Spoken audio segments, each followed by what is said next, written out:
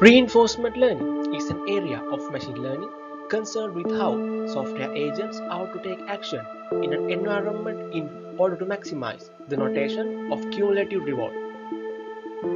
Reinforcement learning is one of three basic machine learning paradigms alongside supervised learning and unsupervised learning.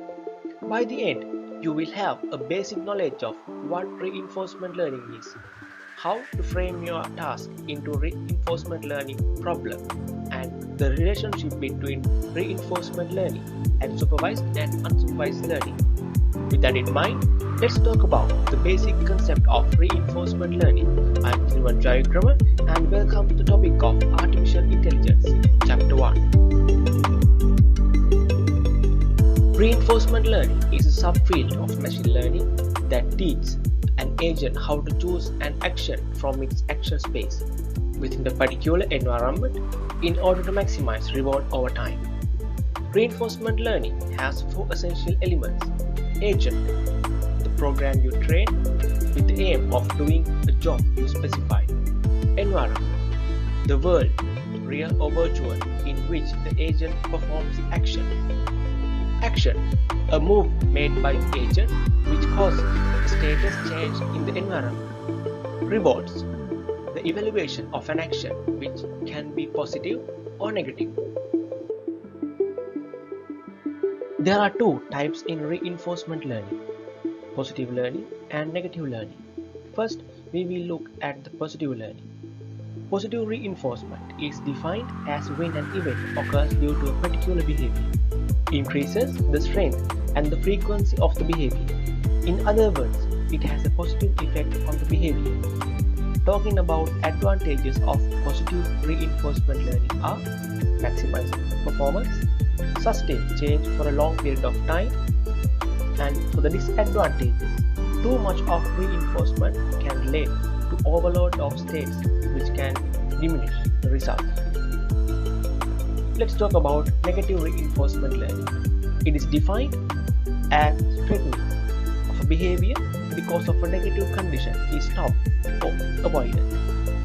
Advantages of negative reinforcement learning are increased behavior, provide defined to minimum standard of performance. Looking at the disadvantages of reinforcement learning, it only provides enough to meet up the minimum behavior. Reinforcement learning is all about making decisions sequentially. In simple words, we can say that the output depends on the state of the current input and the next input depends on the output of the previous input.